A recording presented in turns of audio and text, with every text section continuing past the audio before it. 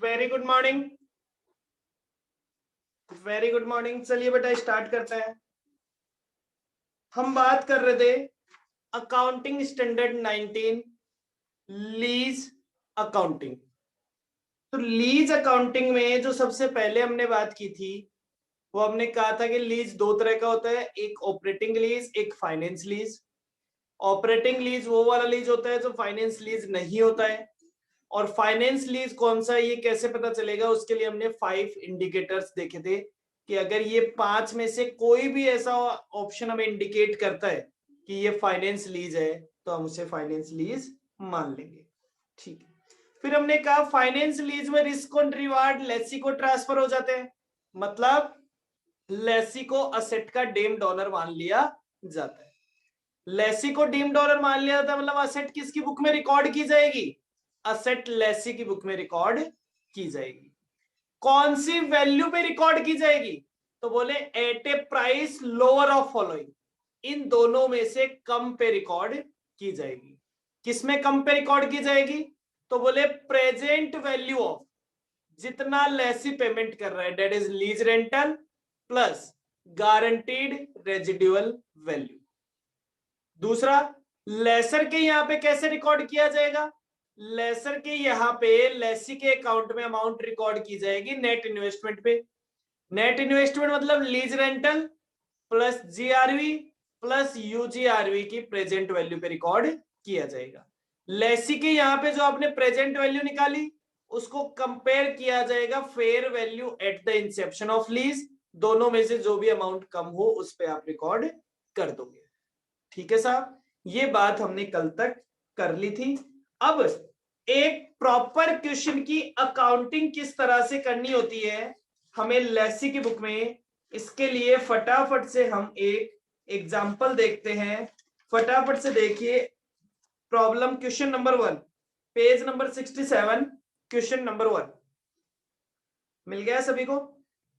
Question number 1 page number 67।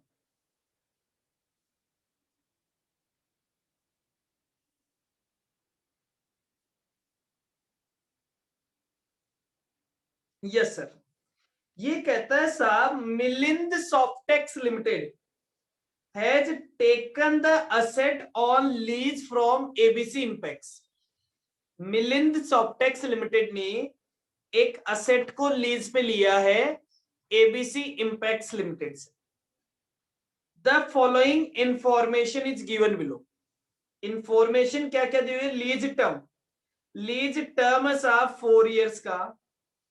Fair value at the inception of lease, eight the inception of lease, lease के starting में fair value कितनी है 16 lakh. Lease rent कितना है, lease rent है ₹5 lakh per annum at the end of the year, हर साल 5 लाख रुपए का लीज रेंट दिया जाएगा।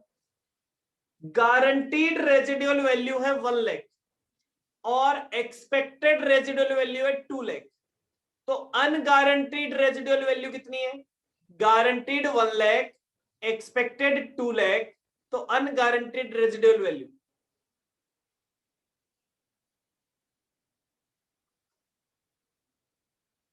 1 लाख। फिर ये कहता है साहब implicit interest rate, interest rate कितनी है 14.97%। Do the accounting in the books of Lesi, आपको लेसी की बुक में अकाउंटिंग करनी है।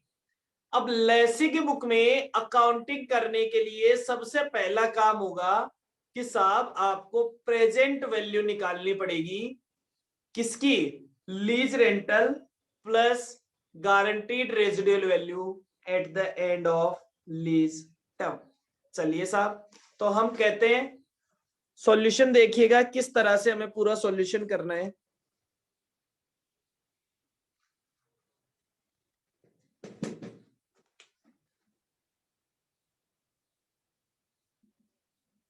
सॉल्यूशन, तो हम कहते हैं कि Lesi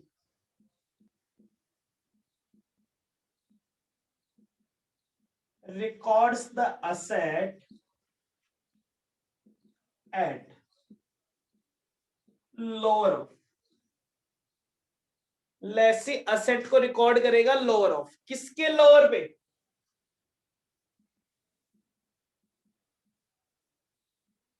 fair value at the inception of lease. तो fair value at the inception of lease, ये अमाउंट आ गया साहब 16 लाख। और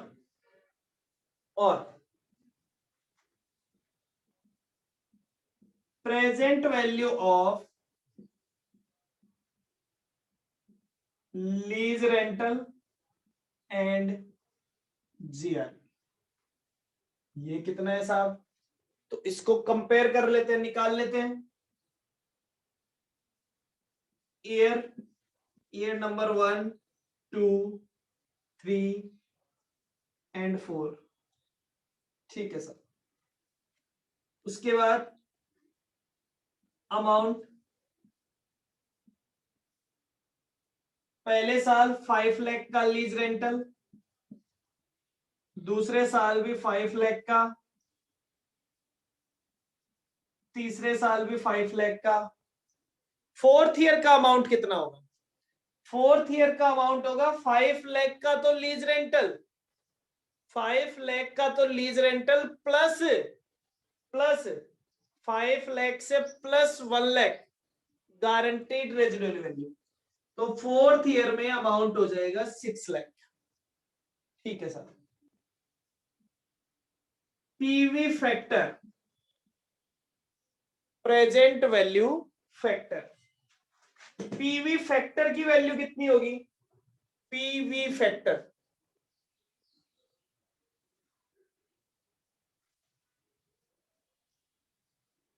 1 divided by 1.1497, 1 divided by 1.1497।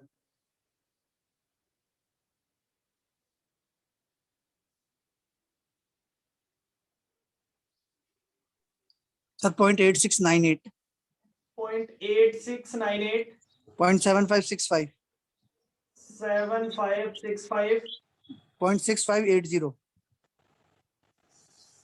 6580, 0.7524, 57, 7524। Sorry यार, 57, 7524 नहीं आएगा, 5724 है 57, क्या? हाँ सर 57। 5724, ये लीजिए सर, यहां आ जाएगी present value.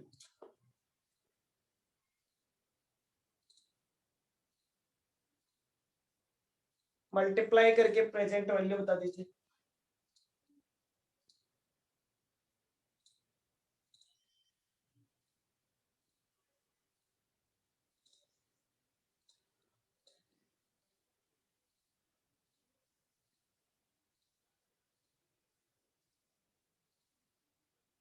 Present value sir 4,34,900, 434,900, 378,250, 378,250, 329,000, 329,000, 343,440, 343,440।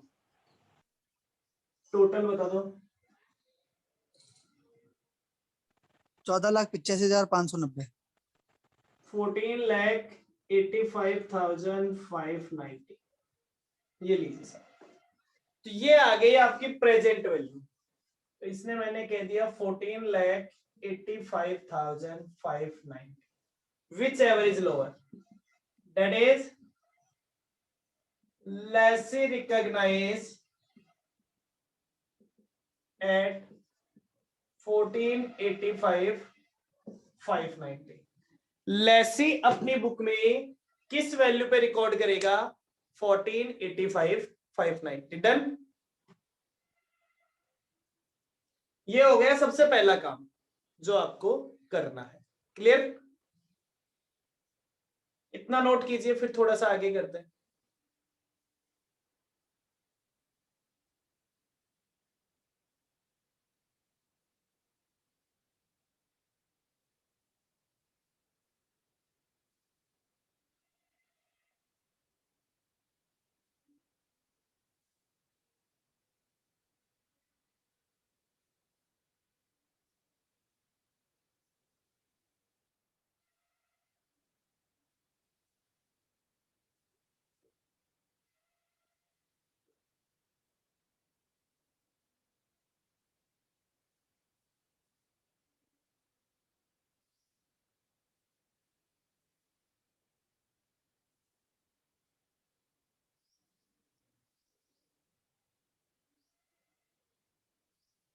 हो गया?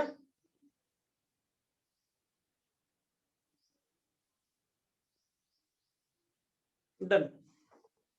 चलिए सर, तो ये तो हमारा हो गया पहली एंट्री का काम। लेकिन एक बात बताइए बेटा, क्या ये जो लीज रेंटल पे किया जा रहा है, मान लो मैं कहता हूं कि 1485 590 आपका कैश प्राइस हो गया, जैसे आप हायर परचेज में कैश प्राइस देते थे, तो आपने 5 साल में 5 लाख 5 लाख 5 लाख और 5 लाख और उसके अलावा 1 लाख, तो ये जो 21 लाख रुपए दिए हैं, ये 21 लाख रुपीज असेट की वैल्यू तो कितनी थी? 1485 590। तो इसका मतलब ये बाकी पैसा आपने किस चीज के लिए दिए है? ये बाकी पैसा है इंटरेस्ट से। तो इंटरेस्ट को ये लोग यहाँ पे क्या बोलते हैं? इंटरेस्ट को यहाँ पे बोला जाता है फाइनेंस चार्ज। फाइनेंस चार्ज, ठीक है। तो पहले हम ये भी कैलकुलेट कर लेते हैं, जिससे हमारी इंट्रीज करते वक्त हमें कोई दिक्कत ना आए। तो पहला काम आपका होता है प्रेजेंट वैल्यू निकालना, दूसरा काम होता है आपको फाइनेंस चार्ज कैलकुलेट करना हर इंस्टॉलमेंट। तो सेकंड वर्किंग नोट होगा कैलकुलेशन ऑफ फाइनेंस चार्ज। ये लीजिए सर। अब सभी को याद है हायर परचेज में अपन टेबल नंबर 1 बनाते थे, जब हमें सारी इंफॉर्मेशन गिवन होती थी।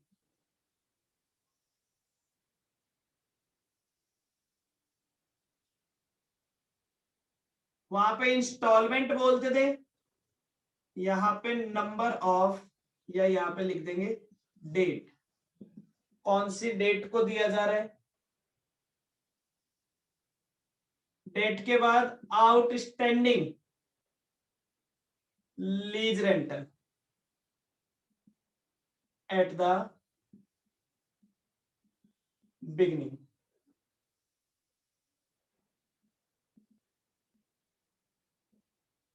Amount of lease rental, amount of lease rental.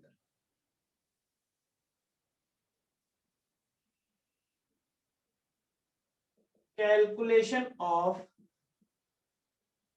Finance charge,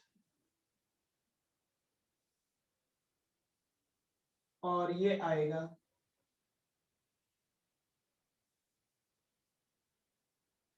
principal paid.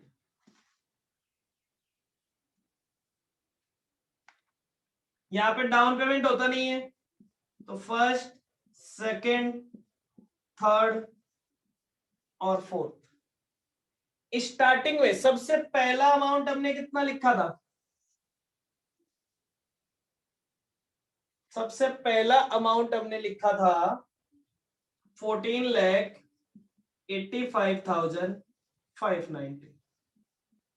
Lease rental था 5 लाख। फाइनेंस चार्ज कितना?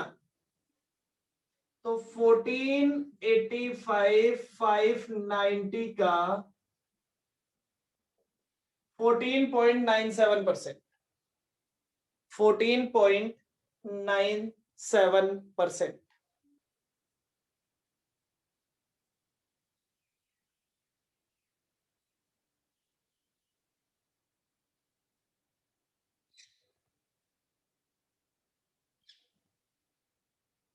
कितना आता है?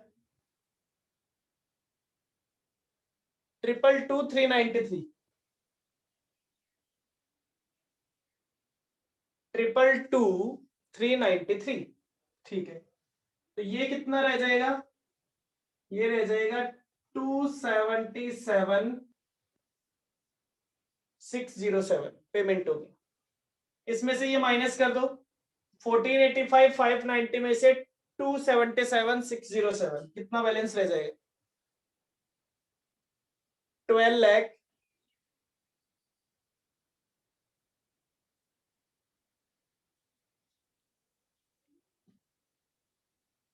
12,07,983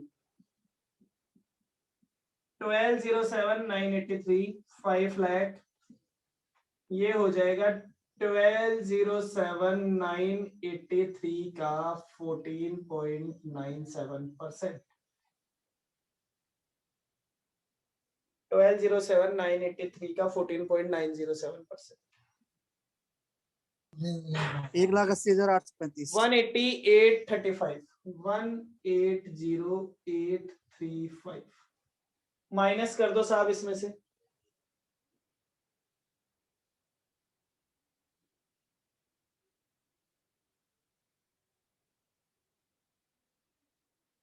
ये हो जाएगा 3,19,165 319,165। बैलेंस बता दो।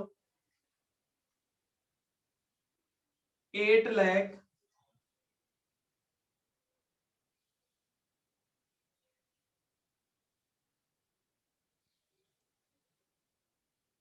88,818 8,81,818 5 लाख 8,88,818 का 14.97%। 133,056। तो ये हो गया 366,944 366,944। बैलेंस बता दो।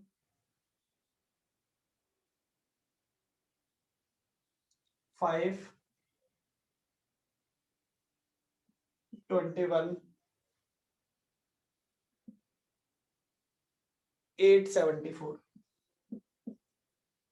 अमाउंट हो गया 6 लाख 5 और ये मैं यहाँ लिख देता हूँ 6 लाख माइनस 5,21,874। वैसे ये एग्जैक्ट ही आएगा, कोई दिक्कत की बात नहीं है, 2-5 रुपए का फर्क आ जाए। ये हो गया 78,126 78,126 और ये हो गया। चलिए सर, तो आपको देखिए सबसे पहले आपने क्या निकाला। सबसे पहले आपने निकाला, जैसे हम हायर परचेज में कैश प्राइस निकालते थे वैसे आपने यहाँ पे कौन सी वैल्यू पे रिकॉर्ड करना है वो निकाला। फिर आपने हर इंस्टॉलमेंट का क्या निकाल लिया, फाइनेंस चार्ज निकाल लिया। अब आपको सिंपली क्या करनी है, सिंपली जर्नल एंट्रीज करनी है। फटाफट से ये नोट कीजिए, फिर जर्नल एंट्री भी लिखते हैं। जर्नल एंट्री किस तरह से करनी है वो भी देख लेते हैं।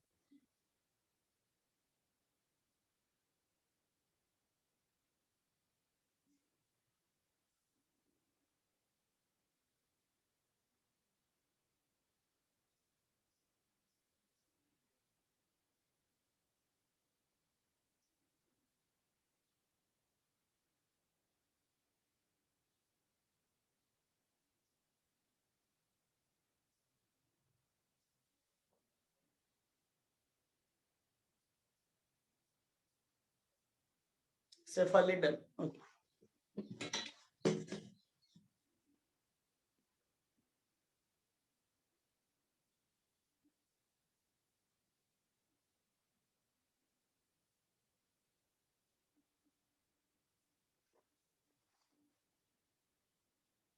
सबसे पहले बात करते हैं ईयर वन।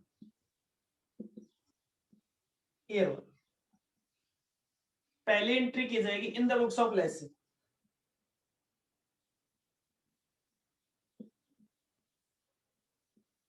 लेसी लेसी कौन था, लेसी था मिलियंस ऑफ टैक्स।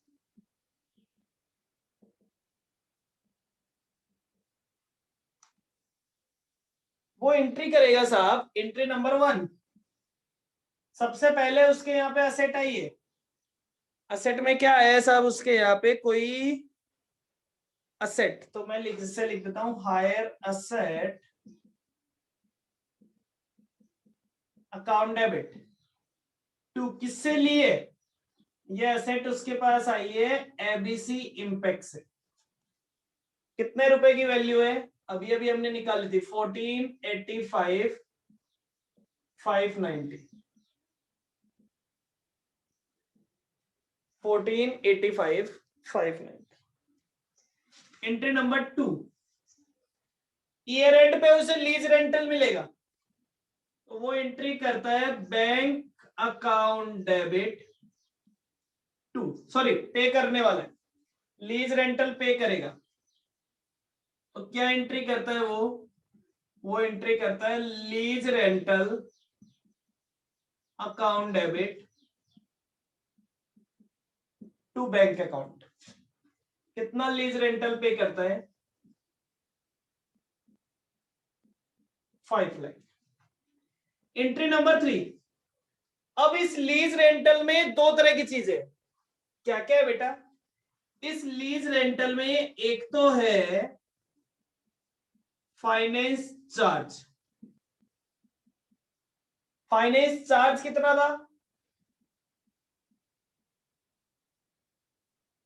393 और बाकी का पैसा क्या है? बाकी का पैसा है प्रिंसिपल अमाउंट। तो उससे क्या हो जाएगा? उससे आपकी लाइबिलिटी कम हो जाएगी 277607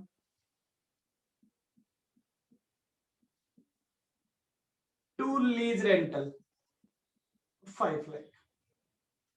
एंट्री नंबर 4, डेप्रिसिएशन लगाइए।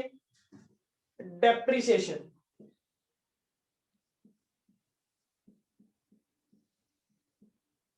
Depreciation account debit to hire asset. कितना डेप्रिसिएशन लगने वाला है? आपके लिए असेट की वैल्यू कितनी है? आपने अभी अभी वैल्यू आपके यहां पे निकाली है 1485 590 और ये पैसा आपने कितने सालों के लिए दिया है? ये पैसा आपने 4 सालों के लिए दिया है तो डिवाइडेड बाय 4, लाइफ कितनी है आपके लिए? 4 इयर्स। तो हर साल का डेप्रिसिएशन आपके पास आ जाएगा। कितना डेप्रिसिएशन आता है चेक कीजिए। आपने 1485 590 की प्रेजेंट वैल्यू दी है, कितने सालों के लिए दी है? 4 सालों के लिए।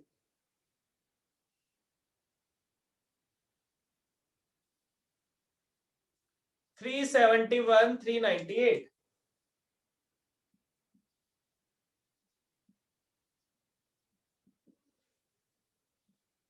371 398।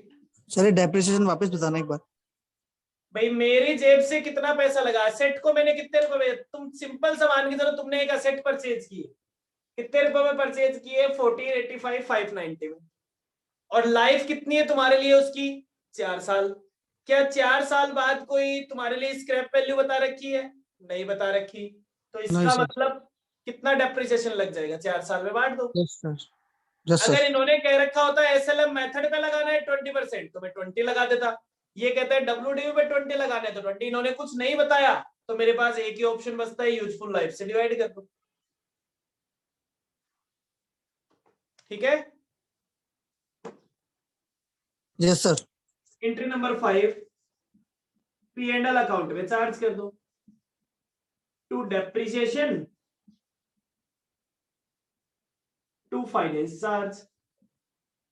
डेप्रिसिएशन हो गया 371 398, फाइनेंस चार्ज हो गया 222 393। ये लो सर।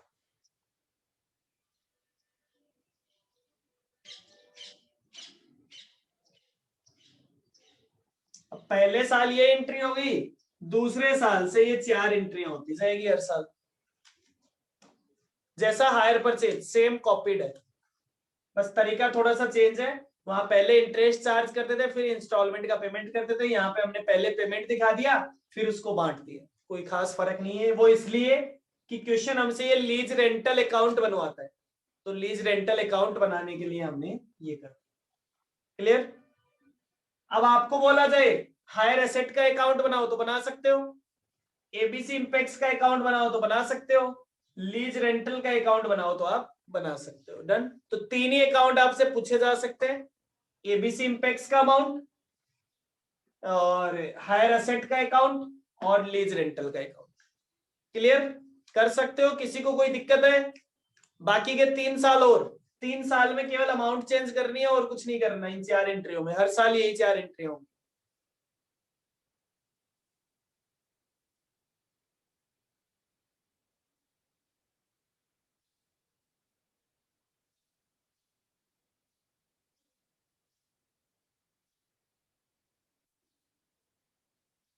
Shefali yes sir.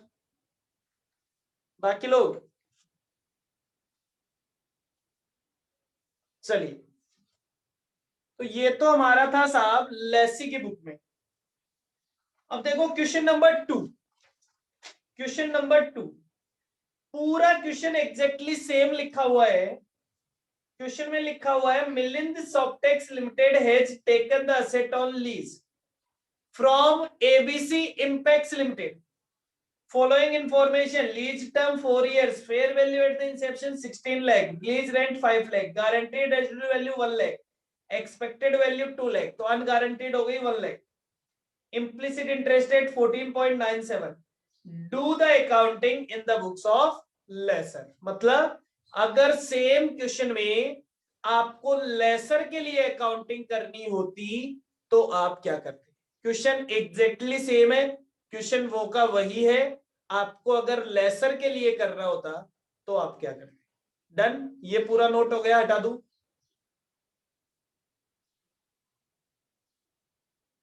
अब आपने जहां से लेसे स्टार्ट किया था ना, सेम पूरा प्रोसेस रिपीट होगा लेसर के लिए।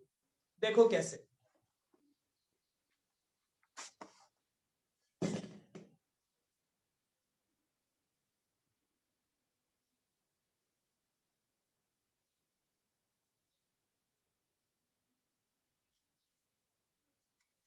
तो ये कहता है लेसर रिकॉर्ड्स द ट्रांजेक्शन या लीज एट।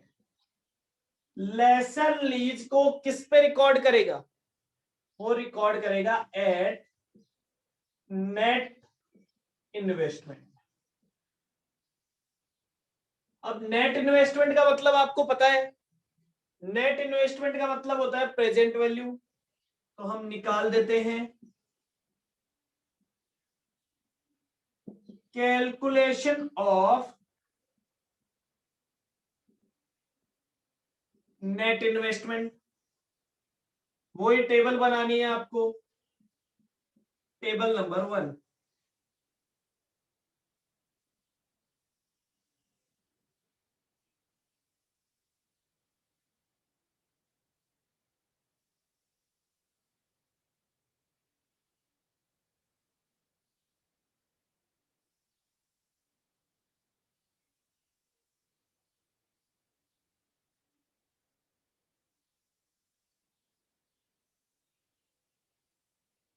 सॉरी सॉरी, गलत बना दिया, एक सेकेंड।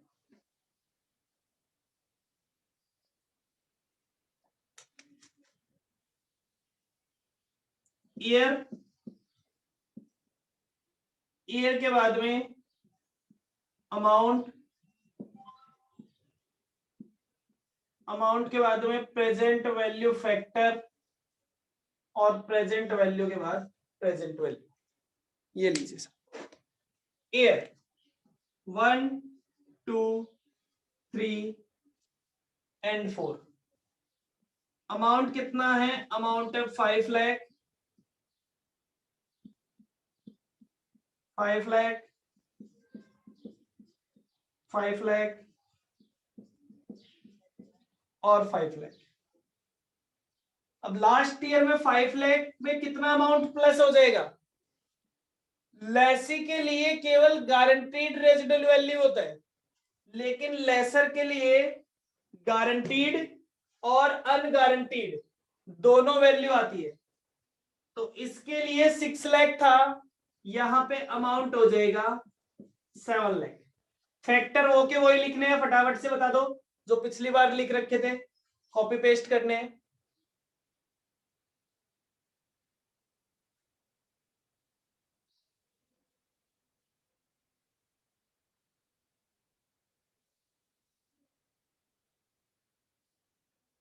फैक्टर्स, रेजिडुअल वैल्यू है 2 लाख, रेजिडुअल वैल्यू है 2 लाख और गारंटीड रेजिडुअल वैल्यू है 1 लाख, तो अनगारंटीड कितनी हो गई? अनगारंटीड हो गई 1 लाख। थर्ड कितना है एक्चुअल? 6580 और फोर्थ है 5724, 5724 मल्टीप्लाई कर दीजिए। पहले 3 में तो वही वैल्यू आएगी जो पिछली बार आई थी,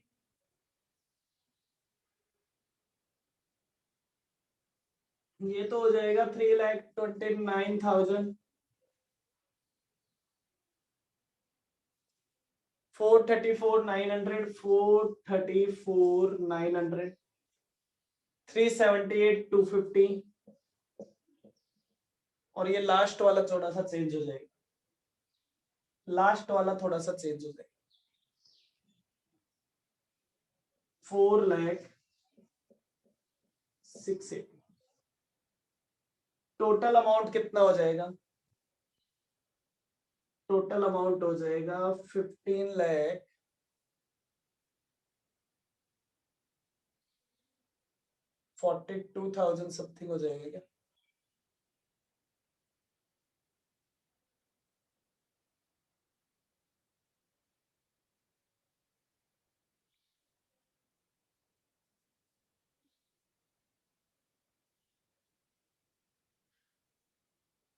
टोटल बता दो। 15,42,000 समथिंग, 15,42,830।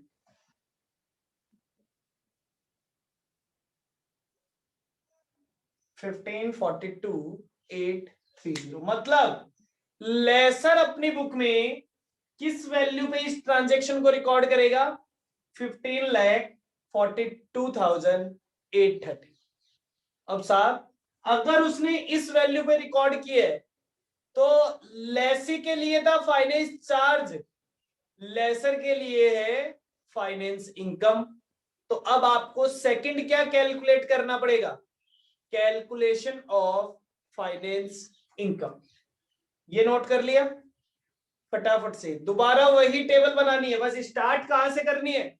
पिछली बार 14 लाख से स्टार्ट की थी, इस बार 1542 से स्टार्ट करनी है। ठीक है, चलिए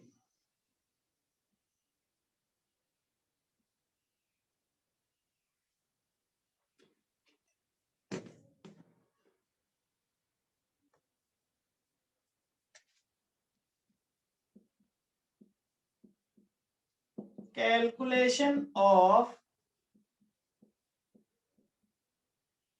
फाइनेंस इनकम।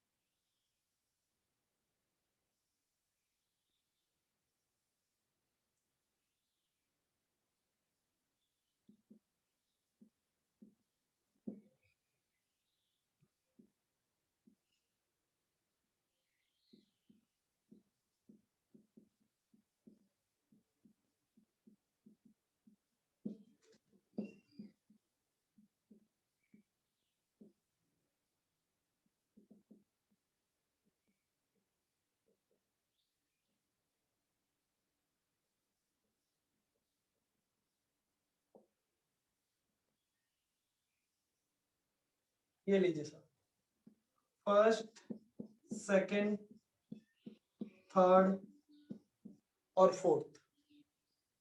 सबसे पहली चीज 15,42,830, पहले साल का लीज रेंटल था 5 लाख। फाइनेंस इनकम कितनी हो जाएगी? 15,42,830 का 14.97%।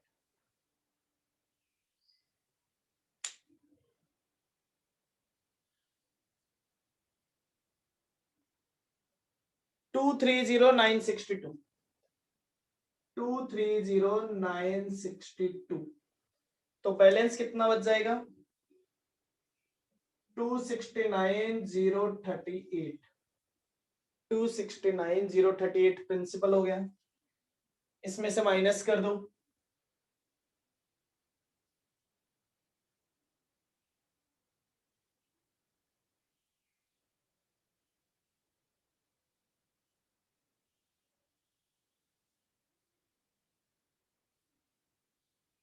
$1273,792, 1273,792 अमाउंट हो गया साहब 5 लाख। तो 1273,792 का 14.97%,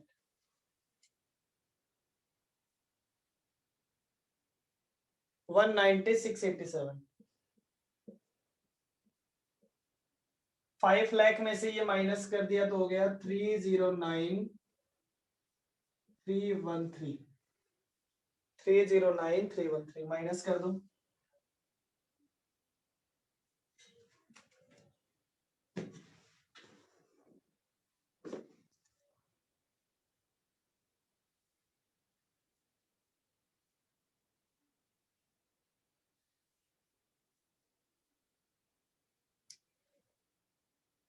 माइनस करना है प्रियंका, माइनस करना है 964,479, 964,479 अमाउंट हो गया 5 लाख। 964,479 का 14.97%,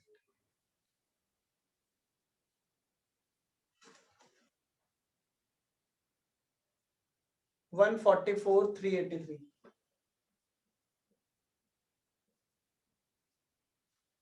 तो ये हो जाएगा 355,617। माइनस करके बता दो,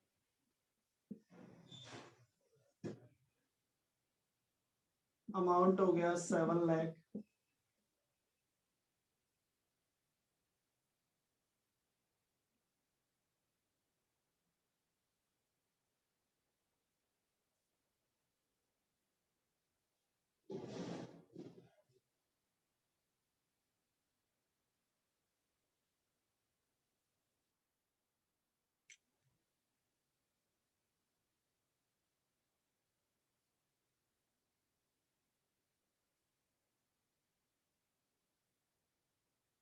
$608,862,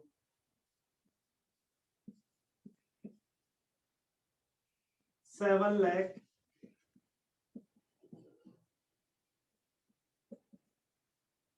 माइनस ये हो गया 91,138। ये लो sir,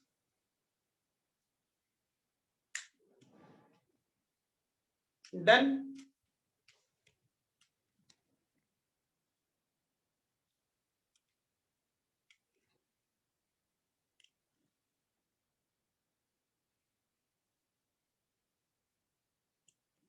yes sir.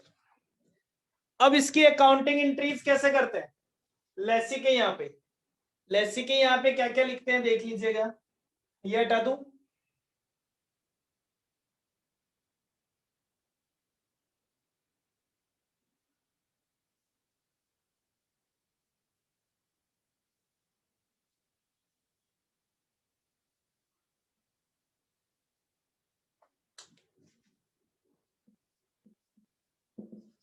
Year number 1, सबसे पहला ईयर ABC इंपैक्ट्स, इसे पैसा किससे लेना है, सॉरी मिलिंद सॉफ्टेक्स, इसके यहाँ पे अकाउंट ओपन होएगा Milind Softex, Milind Softex account debit to asset, इसके यहां से असेट चली गई और मिलिंद सॉफ्टेक्स के यहाँ पे कितनी वैल्यू पे लिखेगा 15,42,830,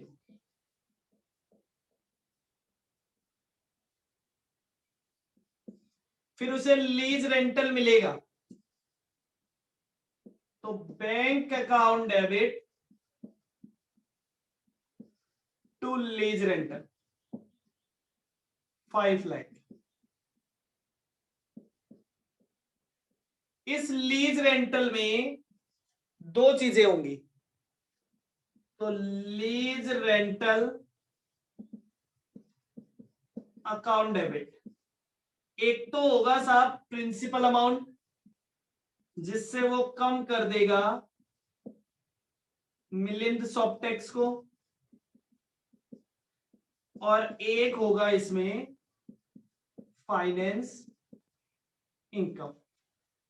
टोटल अमाउंट था 5 लाख, फाइनेंस इनकम हो गया 230962, तो ये हो जाएगा, इतना ही था ना पहले साल का इंटरेस्ट, पहले साल की फाइनेंस इनकम, और मिलियन सॉफ्टेक्स का अमाउंट हो जाएगा 269038।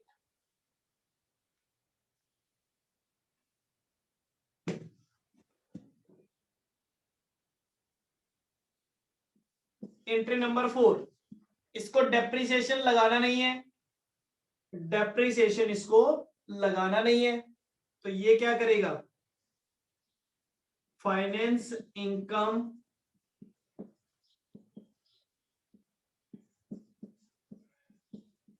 To P&L।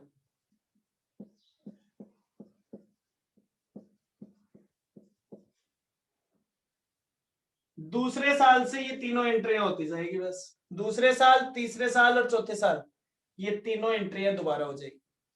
तो देखो प्रैक्टिकली देखें तो दोनों की बुक में हमने सेम ही काम किया है, लेकिन अमाउंट अलग अलग है, और अमाउंट किसकी वजह से अलग अलग है, यूजीआरवी की वजह से।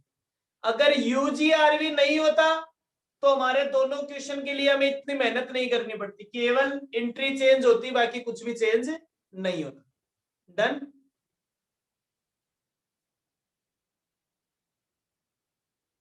तो आपने फाइनेंस लीज का लेसी की बुक में और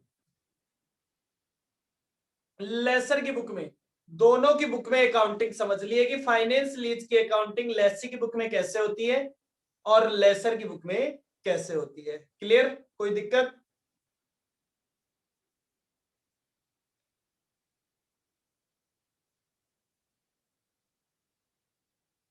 चलिए, तो आज के लिए इतना ही, कल इसको आगे कंटिन्यू करेंगे। अभी इसमें हमें ऑपरेटिंग लीज पढ़ना है कि ऑपरेटिंग लीज में अकाउंटिंग कैसे होती है, और कई बार सेल एंड लीज बैक भी होता है, वो कैसे होता है। तो कल इसको आगे कंटिन्यू करेंगे, मोस्ट प्रोबेबली कल कंप्लीट हो जाएगा, अदरवाइज नेक्स्ट क्लास में कंप्लीट हो जाएगा। चलिए, bye bye, take care, thank you so much.